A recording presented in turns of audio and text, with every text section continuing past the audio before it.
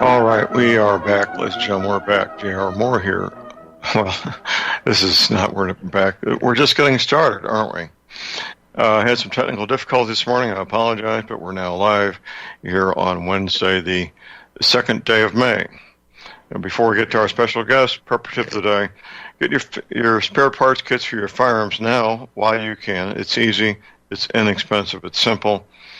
If you don't know how to do that, contact Jimmy at Desert Eagle Shooters. That's deserteagleshooters.com, and he will work with you to get your spare parts kits put together for your rifle, shotguns, pistols. Well, our guest the first hour, as it is most first hours on Wednesdays, is Professor James McCanney. Professor McCanney has taught mathematics at Cornell University. He's taught astrophysics at Cornell University. He's an accomplished amateur archaeologist and weekly radio talk show host, as well as a prolific author. Good morning, Jim. Good morning, John. We're all here. We're all here, finally. Yes, sir. Well, Jim, you pay attention to a lot of the goings-on on the international scene. A lot of people, including myself, were caught quite off guard by the peace process that appears to be commencing between North and South Korea.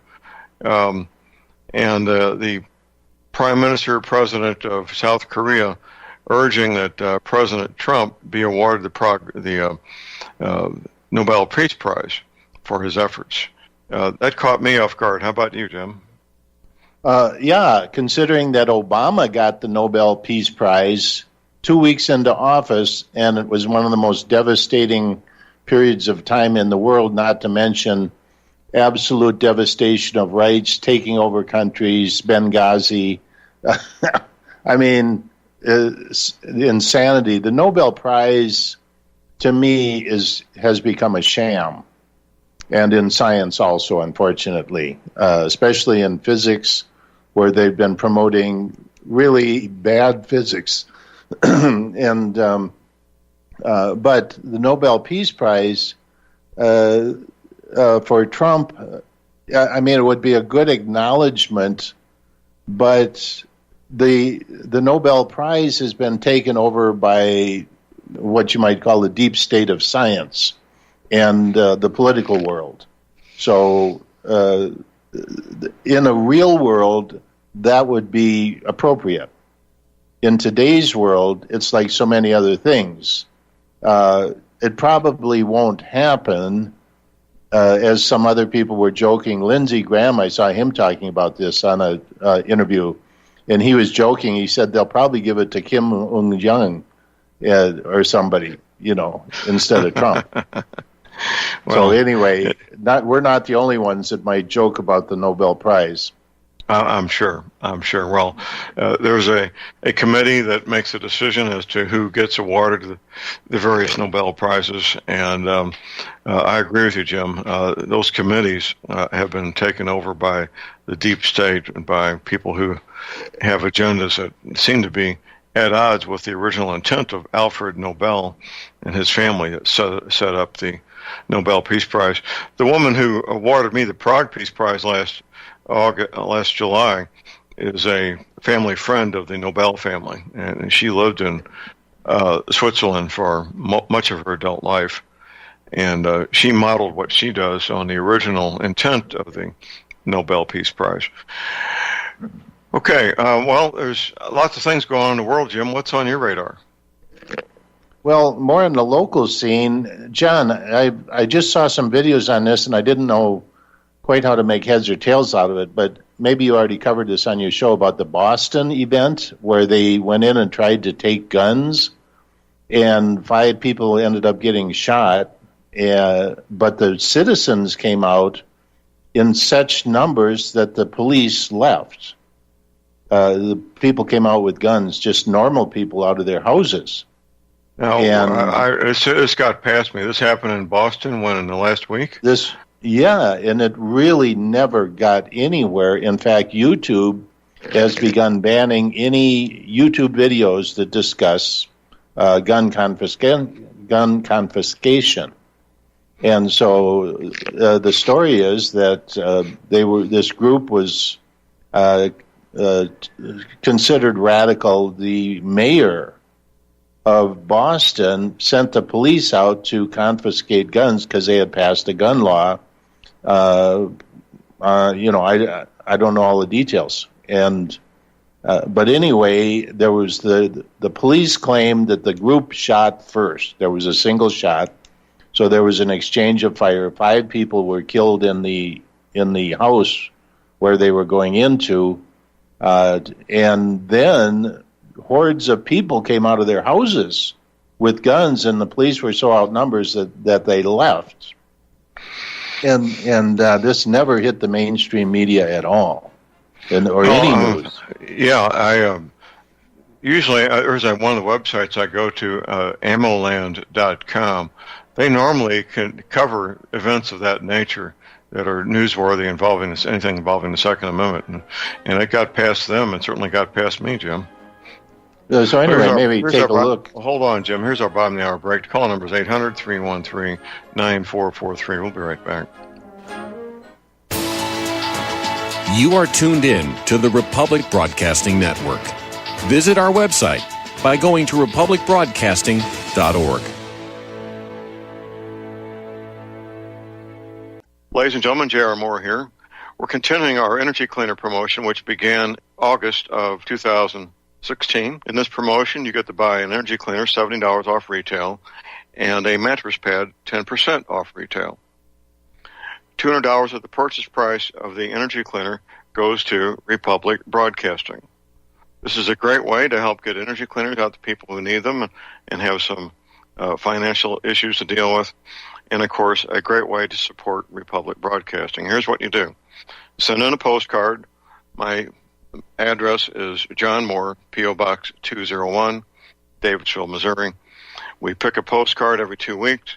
If your postcard is drawn, you get the chance to buy the energy cleaner, $70 off retail, and 10% off the mattress pads. Put your name and your address, your telephone number, and your email address on the postcard, and we wish you the best of luck. Thank you.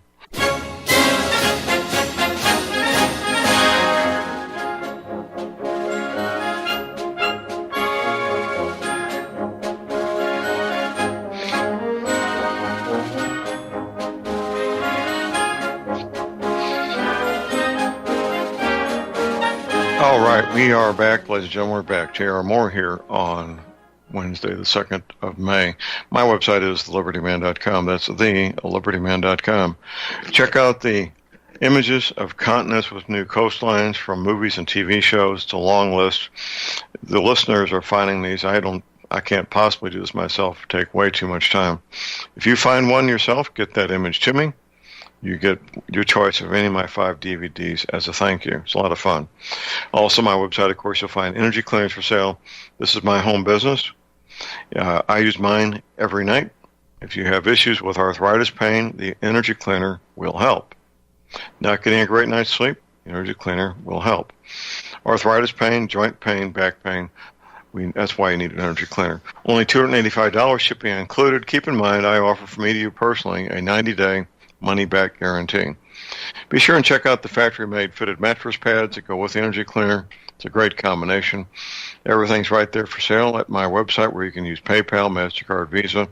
You can also call my toll-free auto line 24 hours a day. Here it is, 800-592-9543. I say again, 800-592-9543. Visiting with Professor James McCanney. Jim, you've got 2 weekly radio shows. Tell people how they can listen live and to the archives, if you would, please, sir. Yeah, thanks, John. Every Thursday evening, 6 p.m. Central Time from WWCR, Nashville, Tennessee, is my weekly James McCanney Science Hour at the Crossroads. It's ongoing for about 17 years, and all of that also does a live stream, which people listen. It might break up a bit because there's so many people listening on the live stream, but you do get it all. It just buffers. But then that re-airs a number of different places, number of different venues, including satellites, Western Hemisphere, Eastern Hemisphere. And then my weekly paidcast is a 1-hour additional deep dive science lecture.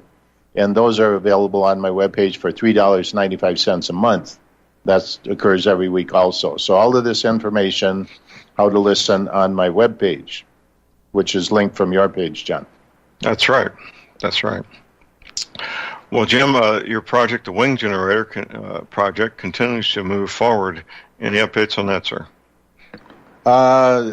Yeah, it's moving forward. That's all I can tell you. That's pretty much. I'm like the plate spinner.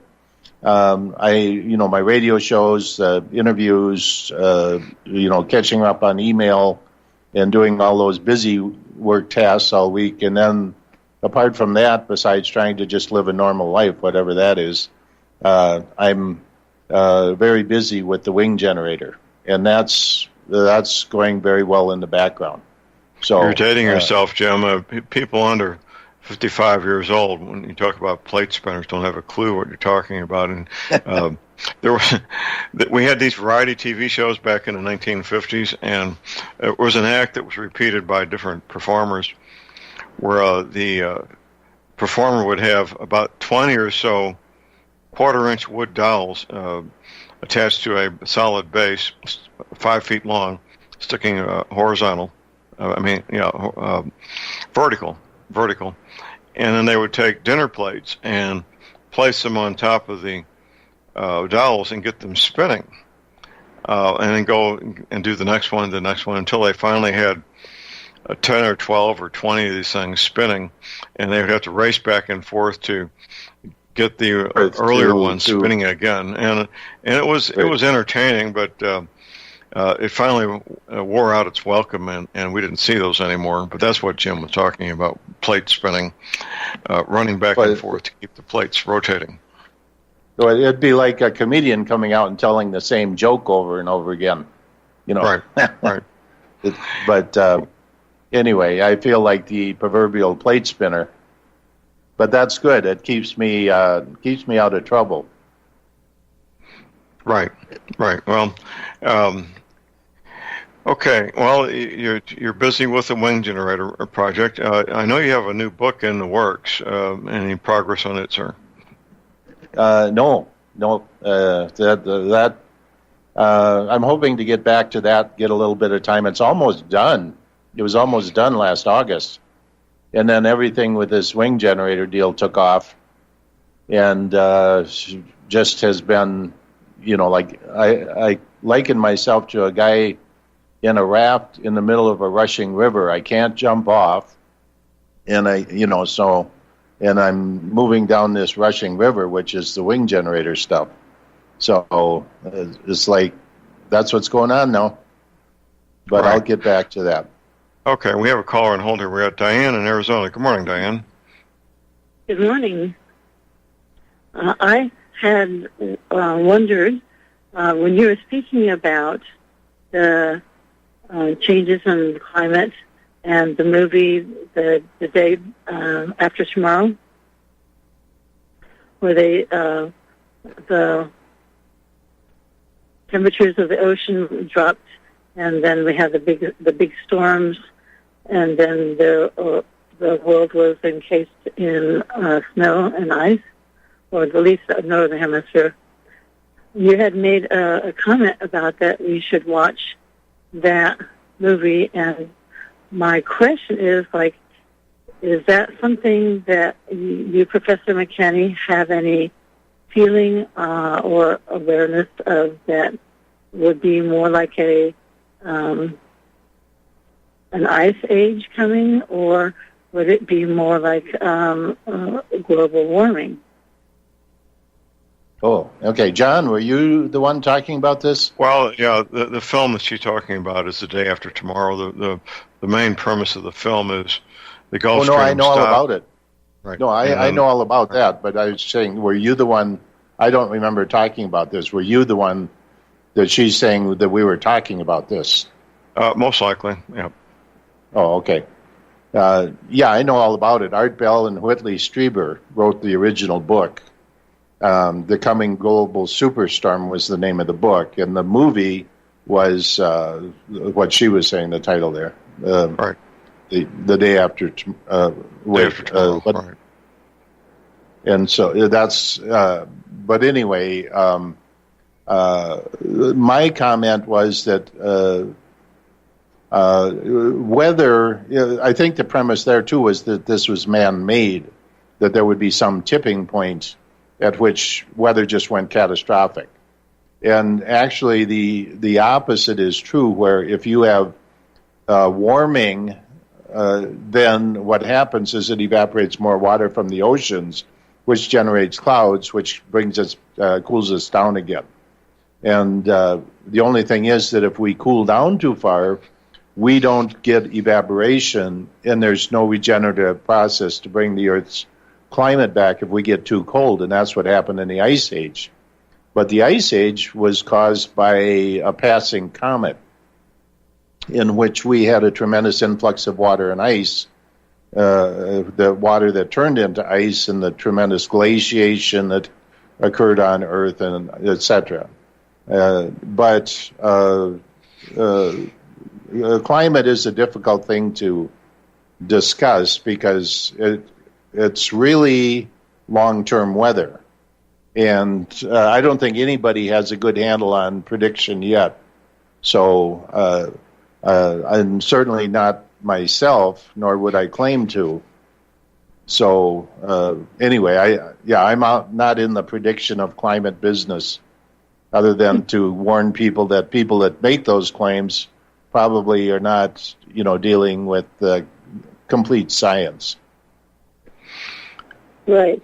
I was just These are wondering interesting. If you had any opinion as far as, like, if somebody's going to relocate, if they would relocate more equatorial or more towards north. That's kind of what I was thinking. Right now, I don't think it's something that's on the major place to get up and move. I don't think it's in that category. So, and certainly I would not recommend anybody to do anything personal with their lives. If they want to, that's fine, but it's not based on my recommendation. So Sure. I would not feel comfortable living on the East Coast, for example, but because of potential tsunamis that could come from the Canary Islands. But that's not related to climate change. But there are places you might not want to live because of earthquake or, high probability of earthquake, major disasters, So, but other than that, those are more personal choices. People live there all the time. And in fact, our biggest population centers are in what could be considered major either earthquake or tsunami zones. So, go figure. Okay, Diane, Okay, we answer your question? Thank you very much. Okay, well, Thank thank you you very for the much. call. We appreciate the call. The call number is 800-313-9443. One of the problems with predicting weather in the future, Jim, there's so many different moving parts, and there's no way to know how the consequences of all these different moving parts when they act in concert to know in advance what's going to happen. Well, and then besides, there are factors that we don't even know that are coming yet, like a volcano that could go off and change things. There was a lot of chemtrail spraying and cloud making over the last decade, and what they've done is they've cooled the Earth down, and now the northern United States is having very cold winters.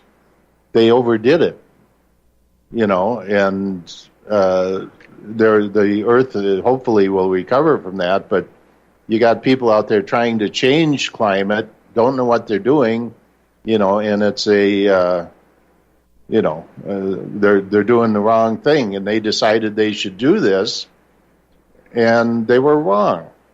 Let's just put it that way. There's no other way to put it. That's right. Okay. Anything else that's really got your attention today, Jim? Well, I saw some videos. This is very interesting about the Nicholas Cruz arrest. And there was the famous shot of him. It's from a helicopter. It's from above. There's the police car. They've got a policeman on each one of his arms. in the clip that you saw in the news was very short. It only lasted about 4 seconds, and they're putting him in the police car head first, and that was it. And the real clip is about 5 minutes long, and they're showing him, and they're holding him up, and he's not even able to stand up, and he's got his hands cuffed behind, and they put him in the car, and then they take his legs. He's not sitting up in the car. He's laying face down. They take his legs and they put him in the car, and then they have these like policemen or SWAT team, whatever, going around shooing all the cameramen away, and then they take Cruz out of the police car. They have a gurney there. They put him on the gurney. They strap him on. He's totally out of it. And then they put him in an ambulance and take him off to the hospital. Right. And then the arrest scene, now they've released video of that. They come up, Nicholas Cruz is face down, laying down, immobile. They come up, lift him up, and his arms, they handcuff him. And there's police all over the place, of course, but he doesn't even move. And the police officer then later, they showed a video of the police officer who allegedly made the arrest, said he was walking down the street. He saw him dressed like in the clothes that they said he was wearing, and street clothes like this orange sweater and some light color pants or dark pants, whatever they were. And he said he confronted him, rolled down his window, and made the arrest, and he did not resist. Well, the arrest scene, Nicholas Cruz is face down in the grass, immobile, and not on the sidewalk or anywhere near the sidewalk. So the guy lied about the arrest scene. So something's strange is going on here. That's all I can tell you. Well, under those circumstances, the arresting officer has tachyphrenia fully kicked in, adrenaline's running hot and heavy, and there was concern about Cruz being injured somehow, some way, and that's why they transferred him to the ambulance to make sure that he was not in any kind of physical distress that needed to be. But he couldn't. He was out of it. He was like slumped over. They had one guy on each of his arms. He was not moving. All the more reason to take him to the hospital to make sure that his injuries but I mean, properly treated. the point is, what you saw in the news was that they were putting him in the police car. That's what the news showed.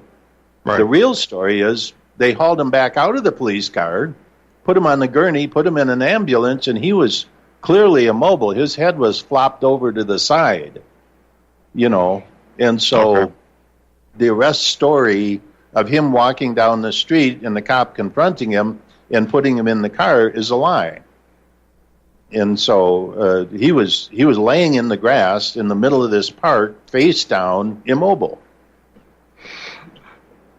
Did we see him when he was face down? Were the police already on the scene when video was being taken? The guy was standing there over him with a gun on him. Okay. But he wasn't moving. Well, when a policeman orders you to get face down, you're ordered to not move, generally, except maybe to lace your fingers behind the back of your head, something of that nature. Yeah. So anyway, so that would be the right.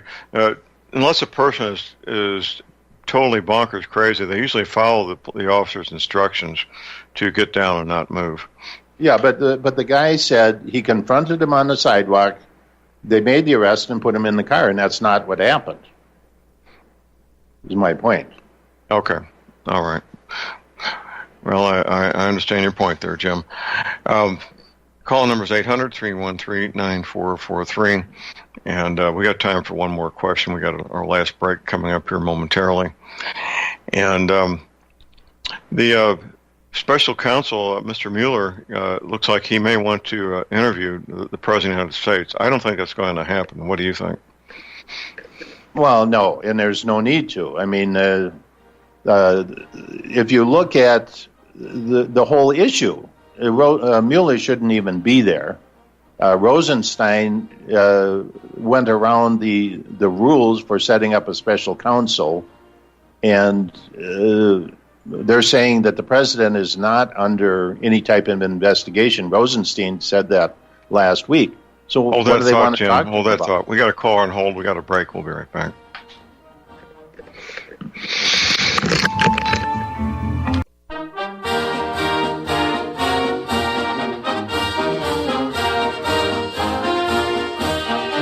Okay, we are back, ladies and gentlemen. We're back. Jim, we got our last caller on hold here. We got Fred in Wisconsin. We're almost out of time, Fred.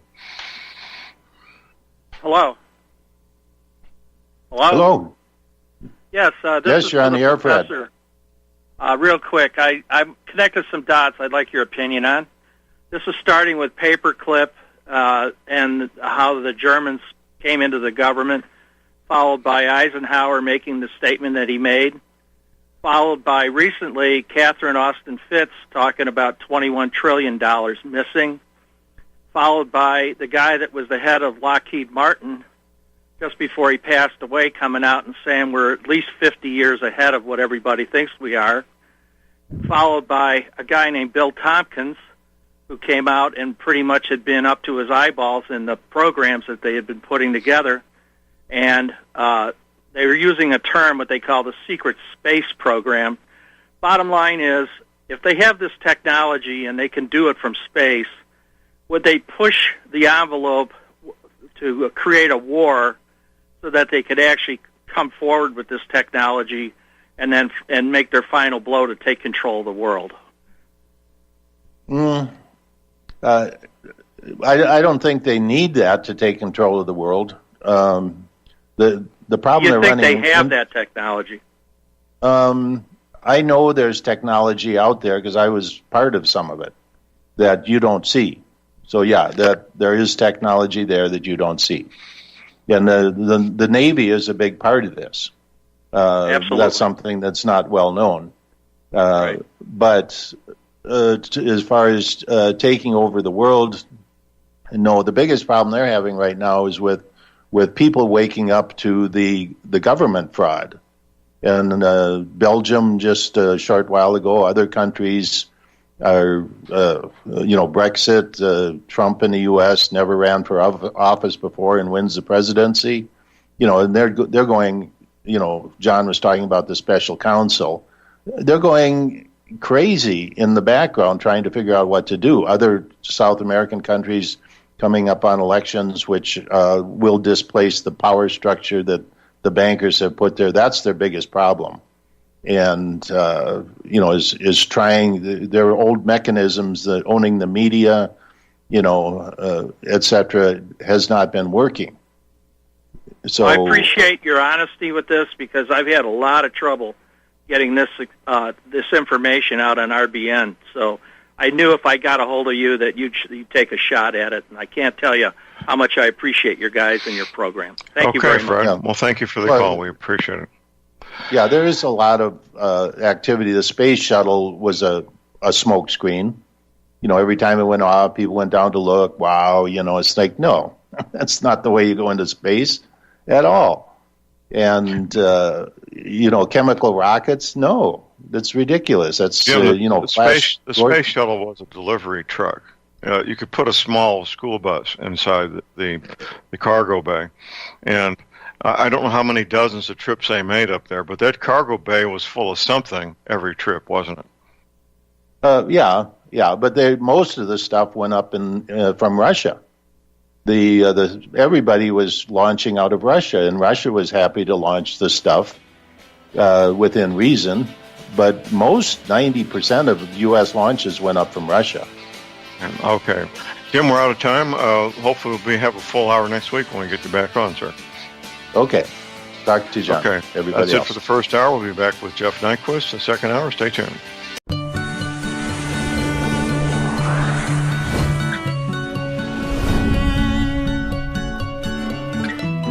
Ladies and gentlemen, J.R. Moore here, our second hour on Wednesday, the second day of May. Purple tip of the day. I encourage all of you to get your firearms kits, spare parts kits now. spare parts kits for your rifle, shotguns, and pistols. Start out with your main battle rifle. That would be a good place to start. If you don't have a clue how to do this, contact Jimmy, that's Jimi, at Desert Eagle Shooters, that's deserteagleshooters.com. He will help you put together a customized spare parts kit for your rifle, your shotgun, or your pistol, or all three.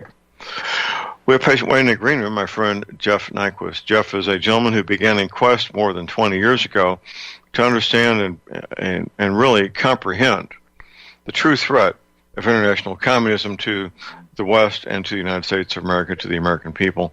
His website's linked on my links page at thelibertyman.com. Good morning, Jim. Jeff? Good morning, John. Well, our conversations continue to draw a lot of interest from people, and that's good. That's what talk radio is all about. And I got a quick story for you here, Jeff. This may be a good starting place. I was at a community meeting about 15, 16 years ago. This had to do with Times Beach, Missouri, which no longer exists. The little community was bought out by the United States government because of alleged dioxin contamination. Present at the meeting was a articulate, handsome young man that I got to talking to off to the side a little bit as the meeting was going on.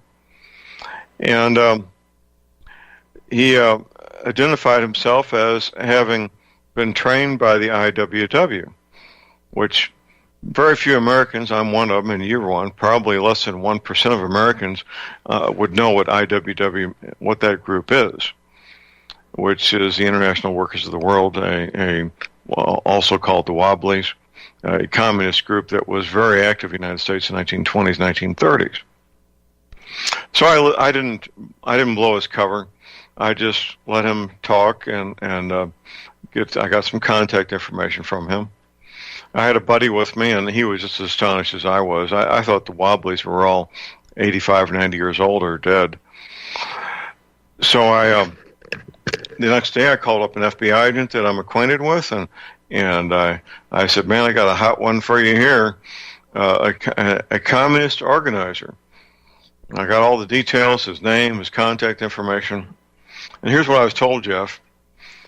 The FBI agent said, John, our mission statement no longer includes tracking, keeping, knowing the identity of or the whereabouts of active communists in the United States of America. And I said, what? Are you serious? He says, yeah, John, we don't. It's no longer part of our mission statement. And I said, this is incredible. And we exchanged some pleasantries and concluded our conversation. But that's a true statement that the FBI, who for decades, in the 20s and 30s, 40s, 50s, 60s, 70s, I don't know when the mission statement changed, Jeff, but they no longer keep track of, have an interest in, or want to know about communist activists in the United States. That's very telling, isn't it, Jeff?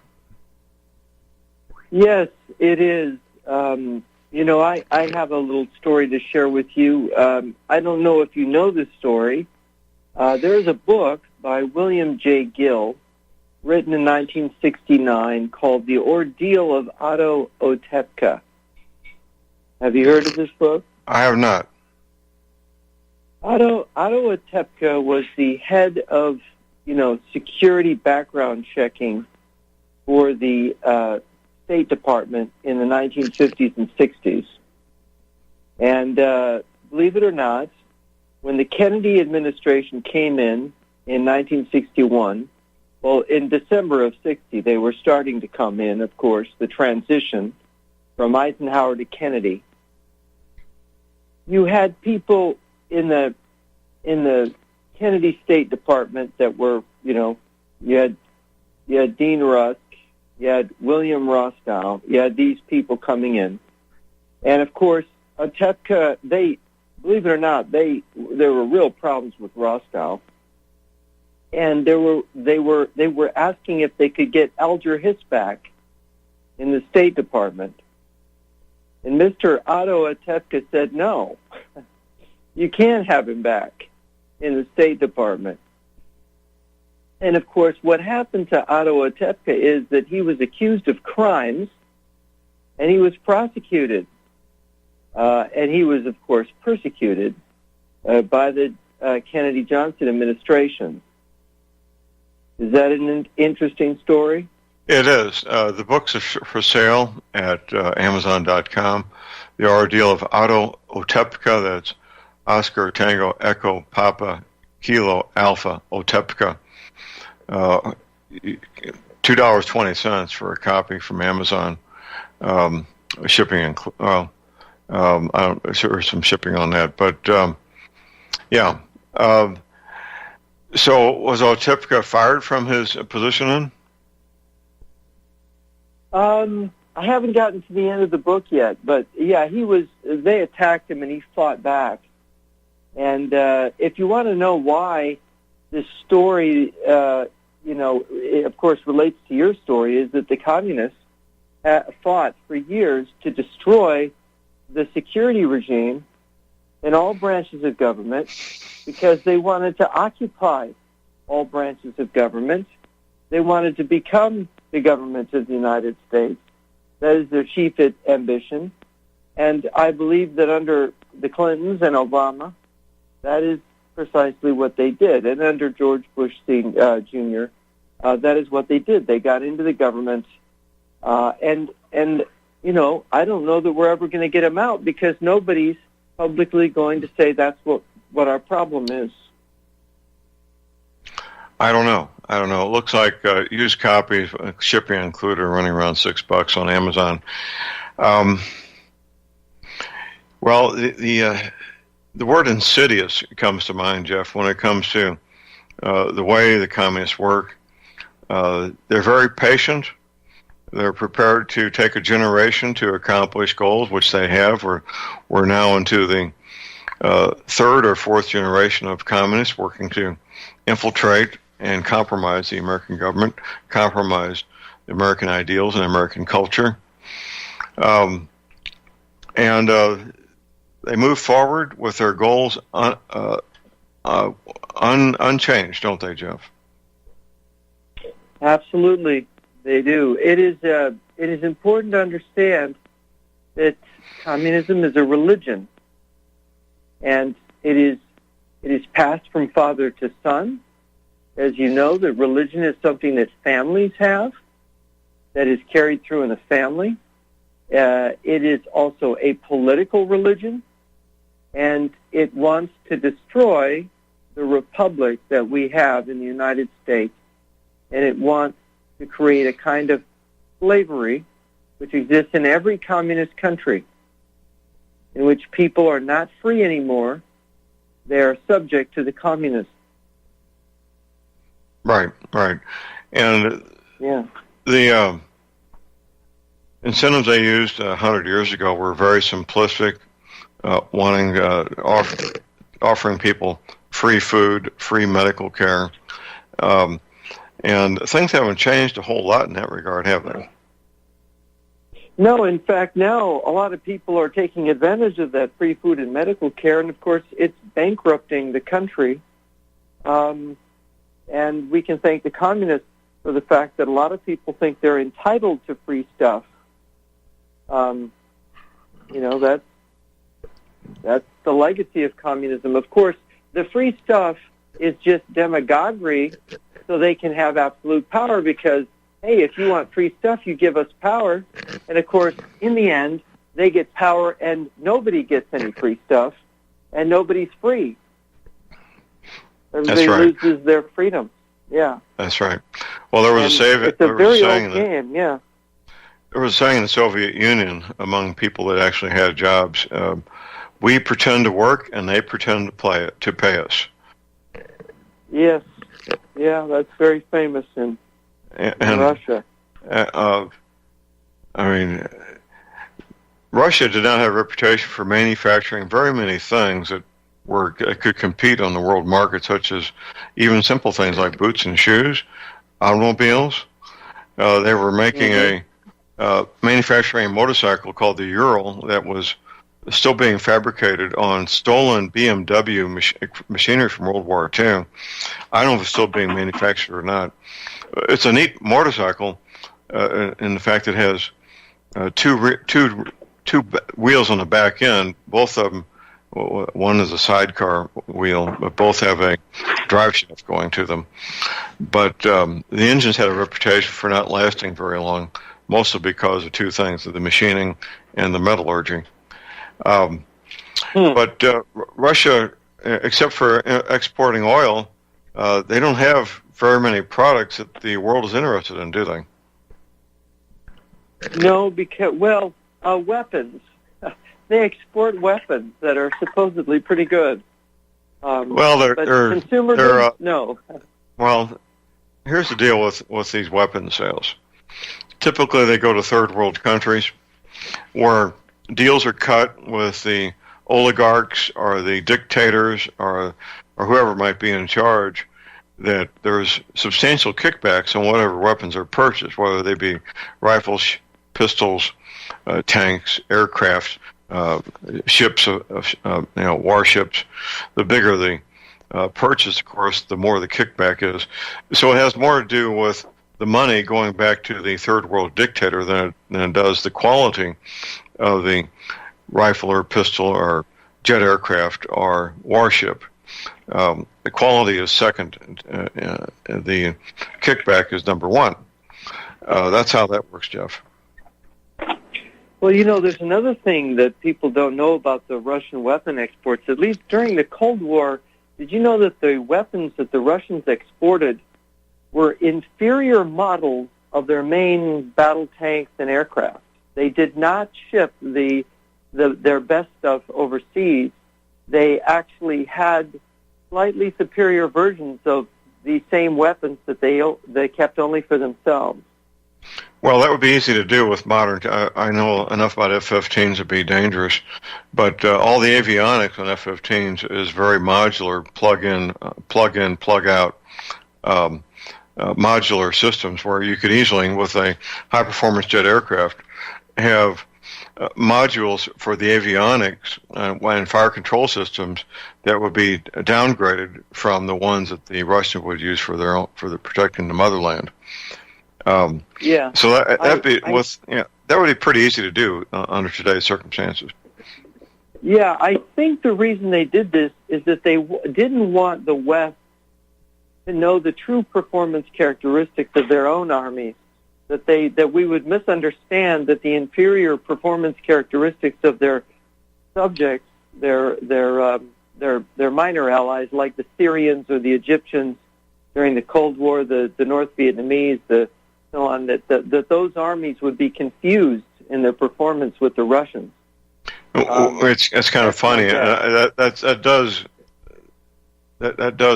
does make sense on one hand. We do just the opposite here. My friends that work at Boeing in my hometown, St. Louis, I've known dozens of people that work at Boeing over the decades. The F-15, which is manufactured in St. Louis, with the highest upgrades, there's almost no difference in performance between the F-15 with the most latest upgrades and the F-35. The American Air Force generals refused to allow the U.S. Air Force to get the most recent upgrades, while that's what we're selling to South Korea and Israel. And then Israel takes their F-15s and they even jazz them up even more, make them into real hot rods. So we do just the opposite thing here. We sell our best to our client states and allow our Air Force to have the downgraded version. There's still, I don't know how many hundreds of F-15s in inventory with the U.S. Air Force, but they do not have the latest upgrades, and that's because of the politics of the Air Force generals wanting to have the latest and greatest, even though the F-35 can't be flown in the rain, which I found rather humorous. That the most expensive. That is fascinating. It's fascinating that they do the opposite of us, and what they do makes more sense than what we do. Right. For a number of reasons.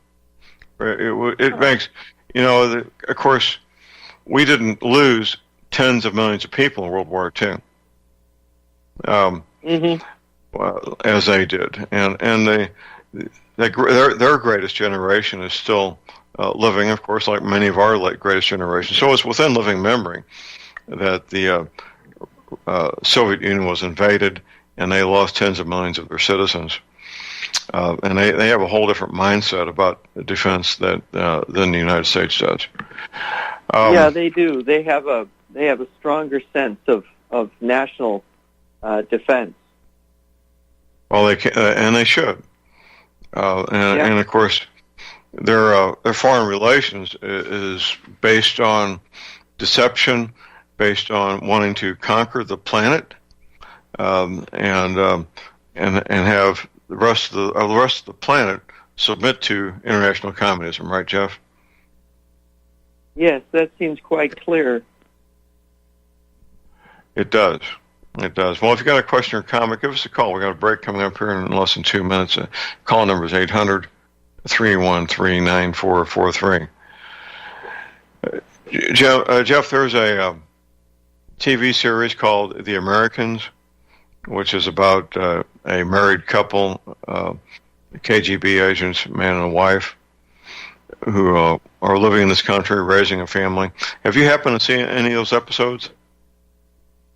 I haven't seen it this year. I've seen it in previous years. Do you have any comment on any relation to reality that show may have? Well, yeah, I think there's a more realistic show.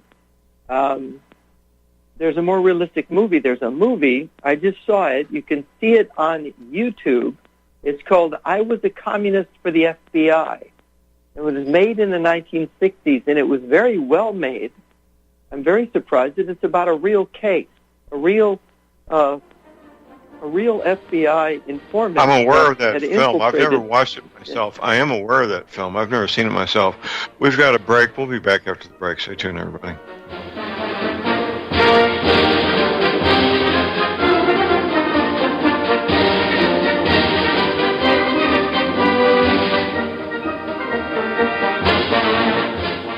Ladies and gentlemen, J.R. Moore here. It's taken 3 years before I could offer the inter-shelter domes for sale.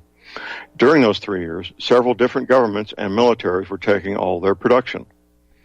The inter-shelter dome homes may be just what you've been looking for to provide affordable, energy-efficient, permanent, and attractive housing. These dome homes are prefabricated units that can be assembled in a few hours by 2 men with a ladder and simple hand tools. Check out the photos of these dome homes built in the Arctic, on tropical beaches, in suburban areas, and in forests. All the details, many photographs, and the pricing of the dome homes are listed on the left-hand side of my homepage at thelibertyman.com.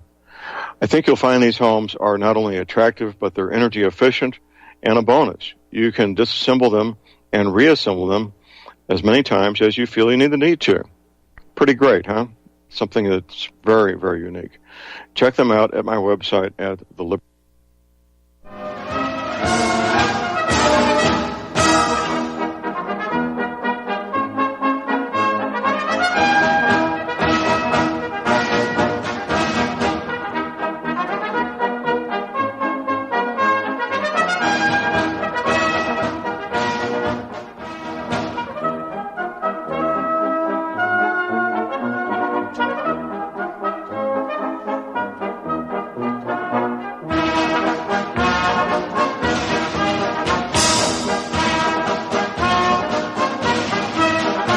Okay, we are back, ladies and gentlemen. We're back. J.R. Moore here on Wednesday, the 2nd of May. Visiting with Jeff Nyquist. His website's jrnyquist.com, link to my links page. Jeff, here at YouTube, I see they list I Was a Communist for the FBI radio show episodes. I Was a Communist for the FBI TV series. And just plain old I Was a Communist for the FBI trailer. So it looks like there's a radio show and a TV show. Was there a movie in addition to the radio show and the TV show? Yes, I only knew there was a movie. I didn't know there was a TV show and a radio show. So, I mean, people should watch this because there's details in this that they will suddenly perk up and go, oh my, that sounds like some things we're seeing today. Absolutely. Well, we got a caller on hold here, our regular caller this hour, Paul in New Jersey. Good morning, Paul. Good morning, gentlemen. Go ahead, Paul. Hello?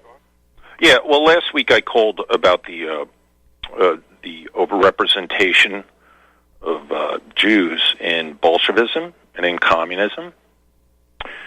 And I took, you guys responded while I was off air. And so I just wanted to make a few points concerning supporting my case, particularly citing references. One is Robert Wilton's book, The Last Days of the Romanovs, which was published in 1920, where he basically lists the name of the Communist Politburo and finds that about 85% of the Communist Politburo was Jewish.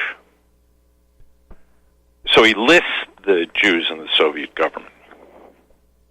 Also, Churchill's comments in the Illustrated Sunday Herald of February 8th, 1920, and I urge you and your listeners to look this up, because in it he says, and the title of the article is Zionism versus Bolshevism, the struggle for the soul of the Jewish people, where Winston Churchill basically said, and I'm quoting, with the notable exception of Lenin, the majority of the leading figures are Jews. So there you go. It was a tribal takeover. It wasn't necessarily a religious one.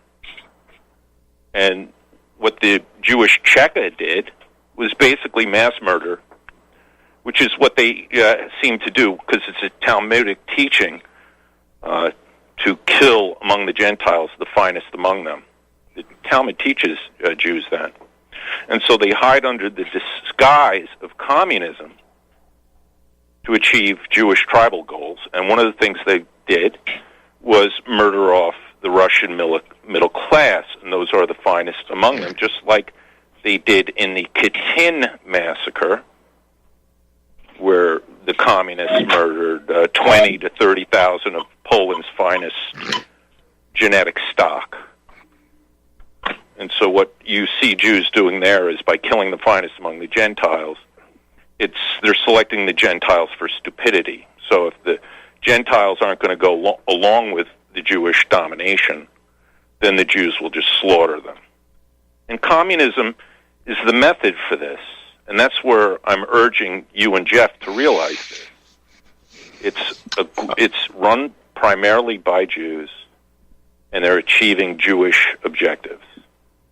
Okay, well, let's address that. Jeff, you heard Paul's comments there. Your response, sir? Well, quoting Churchill in 1920, look, Churchill backed away from that statement. There was a hysteria in 1920 because the Protocols of the Elders of Zion had spread everywhere. And the Protocols of the Elders of Zion was a forgery. It was copied from a book in French. It was plagiarized. It was not a real document of a meeting of Jews. And these claims about the Bolshevik Revolution were also hysterically going around, making the rounds. You can find many quotes, but it's not true. Historians have since found that this claim that 85% of the Bolsheviks were Jews, it's just simply not true. Well, if you do, what I do is get this. Like I said about the media in this country yesterday, you count them. It's quite easy. And like I said about our media, which the communism or the cultural Marxism trickles from the top down, comes from Murray Rothstein, who changed his name to Sumner Redstone as CBS. He runs Viacom. He runs MTV. And so he promotes his cultural degeneracy from the top down there. Likewise, you have Robert Iger of ABC. Robert Iger, he's Jewish. He runs ABC. He's promoting the homosexual agenda over at Disney. You don't see that? Paul, you know that 100 years ago, most of the Jews in this country were conservatives. You do know that, right? Oh, here's a break, gentlemen. We need a break. We'll be right back.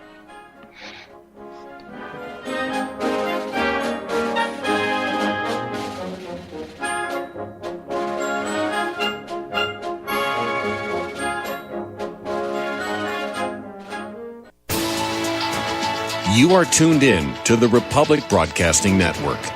Visit our website by going to republicbroadcasting.org.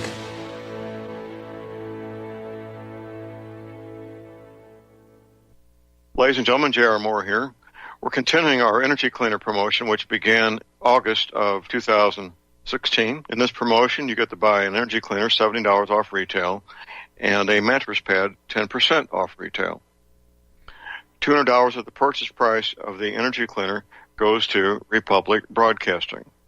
This is a great way to help get energy cleaners out to people who need them and have some financial issues to deal with. And, of course, a great way to support Republic Broadcasting. Here's what you do. Send in a postcard. My address is John Moore, P.O. Box 201, Davidsville, Missouri. We pick a postcard every 2 weeks. If your postcard is drawn, you get the chance to buy the energy cleaner, $70 off retail, and 10% off the mattress pads. Put your name and your address, your telephone number, and your email address on the postcard, and we wish you the best of luck. Thank you.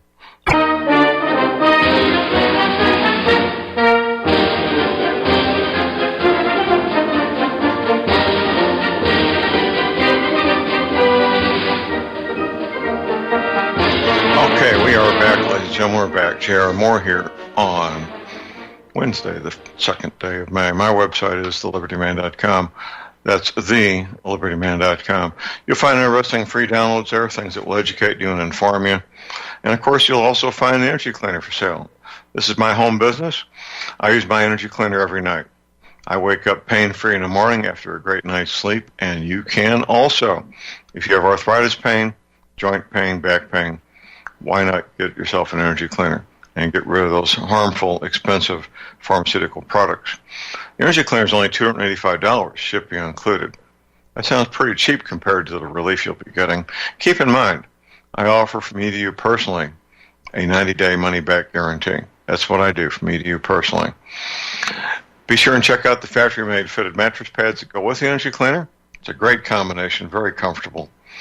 All the details are at my website at thelibertyman.com, where you can place your order. And I also have a toll-free order line. Don't forget, you can use PayPal to get yourself an energy cleaner. And the toll-free order line is 800-592-9543. I say again, 800-592-9543.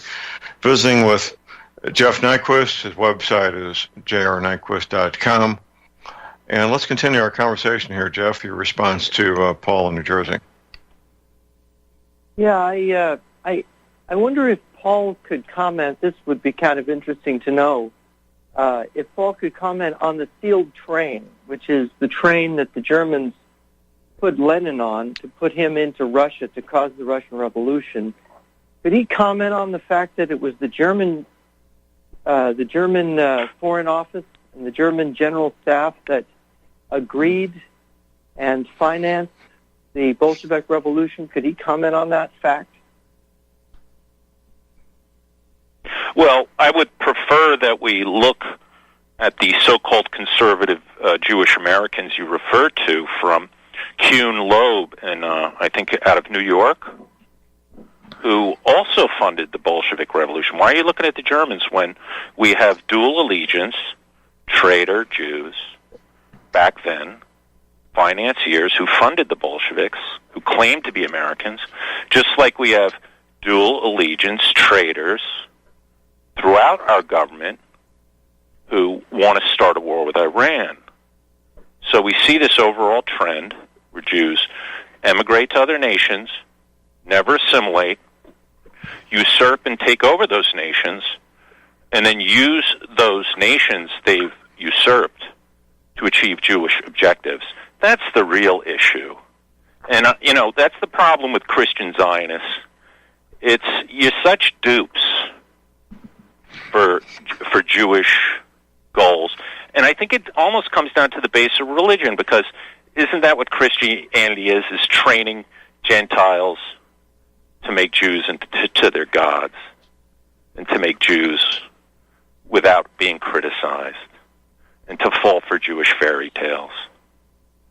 So I urge the Gentiles out there not to fall for these Jewish agendas to try to get us engaged and entangled in the Middle East for Israeli objectives. So, Paul, in other words, really what Nazism teaches is Nazism hates Christianity, and Nazism, the anti-Semitism of Nazism is really profoundly anti-Christian, isn't it? Well, I don't hate Christians. I just think they're not good philosophers. They haven't thought it through, and they haven't studied the Bible. I urge you and your listeners to look up Charles Giuliani and the fine work he's done. He's a former Christian, and basically has debunked the Bible as to be just a bunch of nonsense. And it's a shame that adult Gentiles fall for it over and over again. And also look up Thomas Paine's Age of Reason. There's plenty of books out there written by Gentiles substantiating, proving that the Bible is just not true. It's a book of Jewish fairy tales. It's a shame you fall for it. The Nazis are very anti-Christian. They created something called positive Christianity. They wanted to change the religion. Their Messiah was Adolf Hitler. That was the Messiah of the Nazis. That's maybe Paul's Messiah. Definitely not the true Messiah. No way. What I would say about his claim about the Bolshevik Revolution is that this claim was published by Henry Ford, and basically Henry Ford was sued over this claim. And there was a trial in the United States where Henry Ford had to apologize for making this false claim that the Bolshevik Revolution was financed by Jacob Schiff of Kuhn and Loeb and the Jewish bankers, because the reality is that Jacob Schiff financed Kolchak, the white general. He didn't finance the Reds, he financed the whites. And he told the international Jewish community not to back the Reds, but to back the whites. So this libel on the Jews, which Paul promotes to this day, because Paul is not a good historian, and I would say he's not a very good philosopher either, because his philosophy comes from Adolf Hitler. This is the slander that he promotes. And I wish Paul would go back and actually study these things and not believe what he wants to be true, but to see what is really true. Well, I'm glad you did your job. You covered your bases there, Jeff. But I urge people to look up, all right, you might not go with the Protocols of Zion, but one of the Jewish holy books is the Talmud. And we know what the Talmud thinks about Christians. I hope you take that up with Jews sometime, Mr. Nyquist, if you would be brave enough to take up what their holy book, the Talmud, says about Christianity, what it says about Jesus. And maybe you should take it up with them. Would you? Well, I think that we know that the Jews rejected Christ. That's famous. I mean, that's why Jews, the Jewish faith continues, and they're not Christians. I mean, well, they more than rejected him. I mean, they called him the son of a whore. They said he's boiling in a pit of excrement. They say it's good to lie and cheat Gentiles. But again, you'll put the Nazis up and criticize the Nazis, but meanwhile, the perfidy and treachery of Jews throughout history is so substantiated, is so proven to be, the treachery that they do, what they've done for Israel. They've actually responsible for 9/11 or played a significant role in 9/11 from Larry Silverstein on. And now they're tricking all the Gentiles to fight Iran for them, like Netanyahu did this week, and all the Gentiles will just put on their tin helmets and they'll make sure that all the Jews are safely in the back of the lines, not getting hurt, because that's what Christians generally do. They fight and die for Jewish goals, and they're so naive and silly, they don't even know who they're fighting for. And right now, you and the neocon types are all trying to trick the American Christian Gentiles into dying for the good of the state of Israel. You know that's what you're doing. You know you're going to be banging that war drum against Iran, and you're going to go right along with it. What Netanyahu, that known liar who in their Talmud in the Kol Nidra says it's okay to lie to the Gentiles, you're going to fall right for it. You're going to march right in Paul, I can't let you get away with that die for Israel. That's what you're going to do, Jeff. You lied, Paul. You just lied about me. You said that I'm for a war against Iran, and that's not true. I've never advocated a war against Iran. Never. So please, you will be. Don't lie.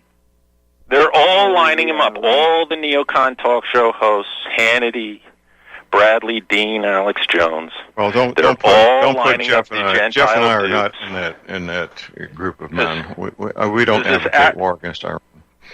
Because what Rabbi Leinwan says is that Jews are 3% of the population, but only 5%, 0.5% of the military. You know, I hope they bang the war drums. They're neocon William Crystals, who you'll put up on a pedestal, and they'll bang the war drums, and the good Christian dupes will go die for Israel, because that's what's coming up. You know, so Paul, so you can fall for that. You can promote that at your church. Well, we haven't. We don't. We haven't, and we don't, Paul.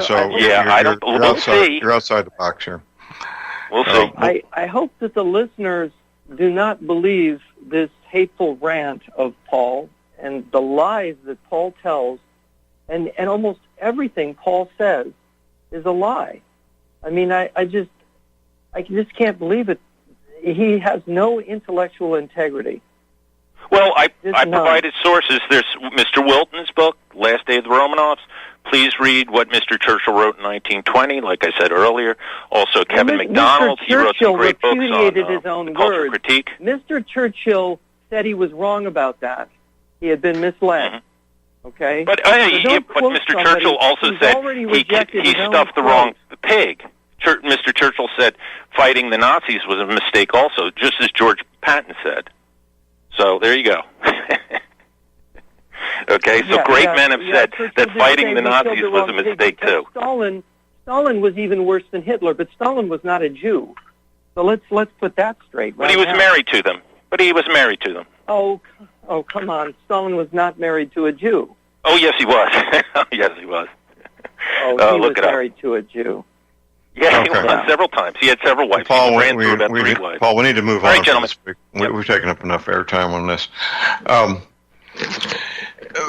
Paul's feelings and thoughts are not standalone. There's many thousands of men and women around the planet who share the thoughts that Paul does, aren't there, Jeff? I'm afraid that anti-Semitism and Nazism are on the rise right now. It's on the rise, and it's kind of scary. Well, it's people who don't understand history, how to really research, if they how to actually go to a library and do bona fide research. And, for example, you mentioned Winston Churchill. What he said in 1920, he did repudiate himself. The lawsuit involving Henry Ford, where Henry Ford was basically humiliated, and he was at the time one of the wealthiest men in the United States, of course, was humiliated and had to admit publicly that he was wrong. The repudiations keep coming, but people either aren't aware of them or they don't care, do they, Jeff? No, they don't. They Paul wants to believe that the Nazi version of history is true because for some reason he wants to idolize Nazi ideology. He wants to hate Jews. He wants to have some kind of ideal Nazi National Socialist state. And that state is not ideal. The good political ideals come from our founding fathers, come from the political wisdom that goes back to the ancient times, to the ancient Greeks and Romans, and to the Christian religion. And that is the tradition of America, the greatest, most successful country in the world. Why would we need the ideals of Adolf Hitler when we have the ideals of the founding fathers? Well, I agree, absolutely. We don't. The concepts, the ideals, as outlined in both the Declaration of Independence and the United States Constitution, were meant to create a prosperous, free, independent country, which it did. We've deviated from those ideals largely, and we need to return to them. I believe, don't you, Jeff? Oh yes, definitely. And it's kind of tragic that here in the year 2018 that we are listening to a man on the radio who believes in National Socialism, and there are more and more people believing as he does. That is tragic. It is, and we need to keep putting the word out to counter this to the best of our ability, and to issue warnings about the real threats that, in fact, are undermining our country. We just finished 8 years of a communist Muslim sitting in the Oval Office with his feet up on the beautiful antique desk there, which is almost tantamount to sacrilege, in my opinion. You're not going to see Donald Trump with his feet up on the desk in the Oval Office, are you, Jeff? No, I don't think so. No, that's not going to happen. Here we're battling against Islam and communism, and Paul wants to divert us away from that to worrying about the Jews. I mean, that is a serious mistake. Yeah, well, it's a massive desk, and we need to keep putting the word out. That's all I can say. We need to keep putting the word. The desk in question is the Resolute desk. It was a gift from Queen Victoria to President Rutherford B. Hayes in 1880, and built from the oak timbers of the British Arctic ship, the HMS Resolute. And it's a beautiful desk, and to have Hussein Obama, the Muslim communist, put his feet up on it. There's two parts to that. One is the desk itself. The other is a Muslim belief that showing the soles of your feet to your guest is an extreme put down that was taking place there. An insult to your guest to show them the soles of your shoes. So two things are going on there on the part of Hussein Obama, the Muslim communist. While at the same time he had his feet up on the desk of the Resolute desk, another Muslim communist was in the West Wing, Valerie Jarrett, actually running the country while Hussein Obama was out playing golf. There's a lot of catch-up that needs to be done by this president, isn't there? Oh, yeah. There's a lot to be done to undo the things that President Obama did. And both George Bush's and President Clinton. Let's get the whole package together. And these guys are all buddies. They all had the same agendas to destroy the United States, to disarm the United States. And they were quite successful in carrying out the communist agenda, putting the Strategic Air Command on stand down, taking away the launch codes from the submarine commanders, cutting the wings off the B-52 bombers. Quite successful, and it's going to be an uphill battle to rebuild our military before we are successfully attacked by Russia and China. Right, Jeff? Well, it's very worrisome. Russia and China, a Russian broadcaster on Russian state television has been telling Russians how to survive 3 weeks in a bomb shelter, telling them leave the sweets behind because they'll make you thirsty. You can go 2-3 weeks without any food, but if you're thirsty and drink your water, you won't make it. So That's right. You need to preserve your water in the bomb shelter. This is what they're telling the Russian people on TV right now. Well, they're doing that for a reason. Frightening. They're doing that for a reason. Yeah. We have a break. Stay tuned. We'll be right back.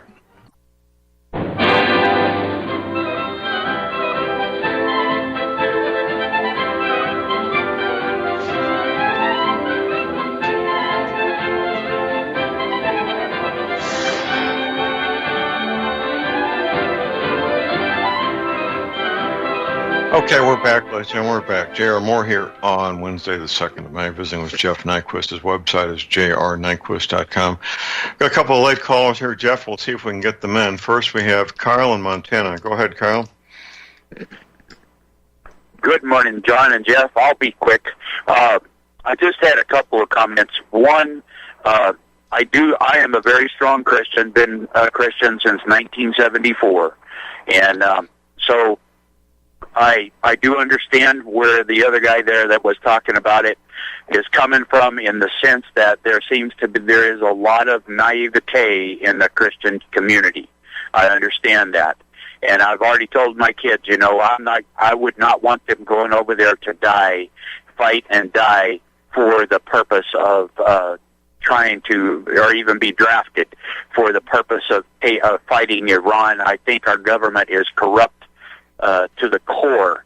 So I do believe that Donald Trump is slightly naive in the sense of how the manipulation of how all of this seems to fit together. I would not want to go to war with Iran for any way, shape, or form for the purpose of a greater Israel. But at the same point, Christianity is not a religion. It is a relationship. And when you get to know Christ and you understand and see, I've seen miracles in my own life. And when you get to understand and know Him a little better, or more and more as you walk and grow with Him, you'll understand that there is a reality to Christ.